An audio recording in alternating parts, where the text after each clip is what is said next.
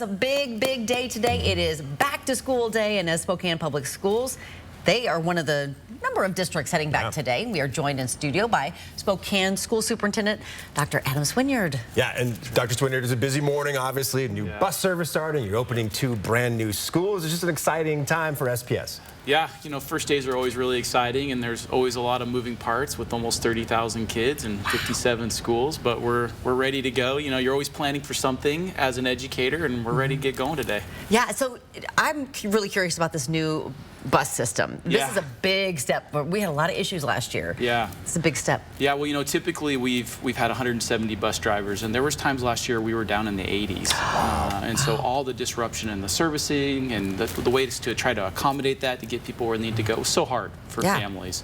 And so a new contract provider this year, Zoom, ironically named, and we're feeling really optimistic, strong recovery in the number of drivers, so we're around 150. And it's kind of like Uber for school buses. Yeah. And families have an app. They can see exactly when their kid gets on. They can see where the bus is, when it drops off their student.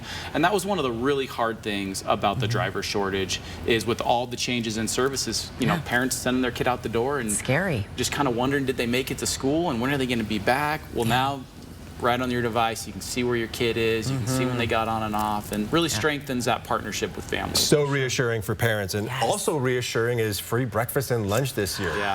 Yeah, so part of a state and federal program, so every SPS student is eligible for free breakfast and lunch, and we know that nutrition is so foundational to students' development, not just physically, but also academically, to be the best version of themselves. And it's heartbreaking, but food insecurity is a real thing in Spokane, and so many of our kids are hungry on a daily basis.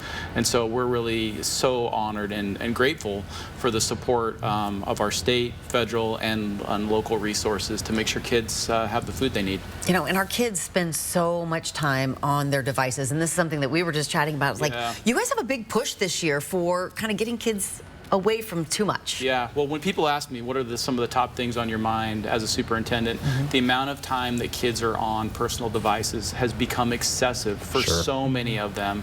And those devices, they're designed to be engaging and addictive in many ways. And our kids are spending so much time on social media, streaming shows, playing video games. And so a big push in SPS, we want every kid to try at least one club, activity, sport, performing arts, you know, not just a ball sport, but the spelling bee and the chess club. We need them out of their homes, off those devices, after school, interacting with their peers, moving. There's so many great outcomes that come with kids being engaged. And so a strong push. It's not going to be enough to say you can't be on your device.